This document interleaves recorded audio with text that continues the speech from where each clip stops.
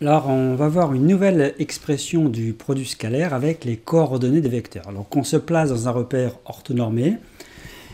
Donc ici, O, I, J, repère orthonormé, ou on dit orthonormal, direct. Alors, dire qu'il est direct, c'est-à-dire que si on prend cette orientation-là du plan, la mesure principale de l'angle IJ est plus pi sur 2. Donc on dit un repère orthonormé direct. Alors dire que c'est orthonormé direct, c'est-à-dire que la norme du vecteur I, c'est 1, la norme du vecteur J, c'est 1, et donc I orthogonal à J. Donc on a deux vecteurs, U de coordonnées x, y, et V de coordonnées x', y'. On veut exprimer le produit scalaire à partir de ces coordonnées. Eh bien, il suffit d'écrire ce qu'est le vecteur U en fonction de I et J. Donc on sait que U, donc on commence par U scalaire V. Donc U par définition c'est XI plus YJ scalaire. Et on fait avec V X'I plus Y'J. Alors, vous êtes habitué à la linéarité, hein, c'est une sorte de distributivité. Je dis une sorte, c'est pour que l'on comprenne comment ça fonctionne. Donc, je vais faire ça, scalaire ça. Donc, ça va donner x, x', i scalaire i. Donc, le carré scalaire de i. Ensuite, il va y avoir ça et ça. Donc, plus x, y', i scalaire j. Plus YJ scalaire X'I, donc ça fait YX' fois YJ scalaire I. Et pour finir, ça scalaire ça donne YY' fois J scalaire J, ça veut dire le carré scalaire de J. Or, le carré scalaire, c'est le carré de la norme. Comme ici, par définition, la norme de I, c'est 1, là, ça vaut 1. Ici, I scalaire J, comme I est orthogonal à J, ça vaut 0. Là, ça vaut 0. Et là, c'est pareil. Le carré scalaire, c'est le carré de la norme. Donc ici, ça vaut 1. Donc du coup, que reste-t-il? Il reste X, X' plus Y, Y'. Donc quand vous avez deux vecteurs ici, dont les coordonnées sont connu par rapport à un repère orthonormé, voilà l'expression simple du produit scalaire. Et donc ça, en particulier, c'est très intéressant, parce que si vous avez des vecteurs dans un repère orthonormé, vous avez leurs coordonnées, pour démontrer par exemple qu'ils sont orthogonaux, donc je vais le noter après. Vous avez donc cette conséquence, donc dire que les deux vecteurs sont orthogonaux, ça revient à dire que leur produit scalaire est nul, ça c'est vrai quel que soit le repère, et en donnant les coordonnées par rapport à un repère orthonormé, ça équivaut à xx' plus y' égale 0. Donc une caractérisation de l'orthogonalité de vecteurs à partir des coordonnées. Alors je vais donner un exemple avec des droites, équations de droite, mais évidemment on peut prendre plein d'autres exemples avec des coordonnées de vecteurs. Alors j'ai une droite ici AB, donc qui passe par A et B, donc toujours dans un repère orthonormé, et je vais définir ce qu'on appelle un vecteur normal.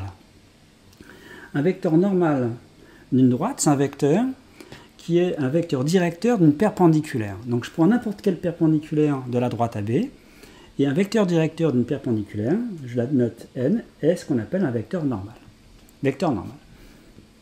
Donc, et je note petit a, petit b, les coordonnées d'un vecteur normal. Je donnerai un exemple après. Donc ce qu'on veut, c'est une équation de la droite AB, ce qu'on appellera une équation cartésienne de la droite AB à partir des coordonnées d'un vecteur normal.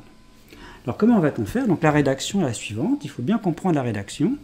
Dire qu'un point M de coordonnées XY est sur la droite AB, ça équivaut, donc ici vous prenez n'importe quel point M, ça revient à dire que le vecteur AM ou le vecteur BM, vous prenez l'un des deux, et bien que le vecteur AM et N sont orthogonaux. Donc ça équivaut à AM orthogonal à N. Or, les coordonnées du vecteur AM sont x moins xa, y moins ya, et celles de n sont a et b. Et qu'est-ce qu'on va utiliser? On va donner l'expression du produit scalaire avec les coordonnées. Donc ça équivaut à AM scalaire n égale 0. Donc ça équivaut à AM scalaire n égale 0. Et si on fait le produit scalaire, c'est ça fois ça plus ça fois ça. Donc ça vaut 0. Donc ça fait a facteur de x moins xa plus b facteur de y moins yk égale 0. Donc ce que l'on fait, on développe et on obtient à la fin ax plus by plus c égale 0. Alors c ici, c'est moins axa moins byk. Mais ça, c'est une équation, ce qu'on appelle une équation cartésienne de la droite AB à partir d'un vecteur normal de coordonnées petit a, petit b. Donc vous remarquez ici que petit a, petit b sont justement les coordonnées d'un vecteur normal. Et le C, on l'obtient comment? Eh bien, on l'obtient en prenant un point particulier de cette droite. Donc ça, c'est tout à fait général. Toute droite du plan a une équation cartésienne. Alors, exemple, je prends ici la droite D, qui est parallèle à l'axe des ordonnées et qui passe par ici l'abscisse D. 2, l'abscisse de le point de coordonnées de 0. Bien. Et je veux ici une équation cartésienne de cette droite. Alors vous connaissez déjà une équation cartésienne de cette droite. Donc ici le point, en fait, c'est le point que je vais appeler A de coordonnées de 0. Bien.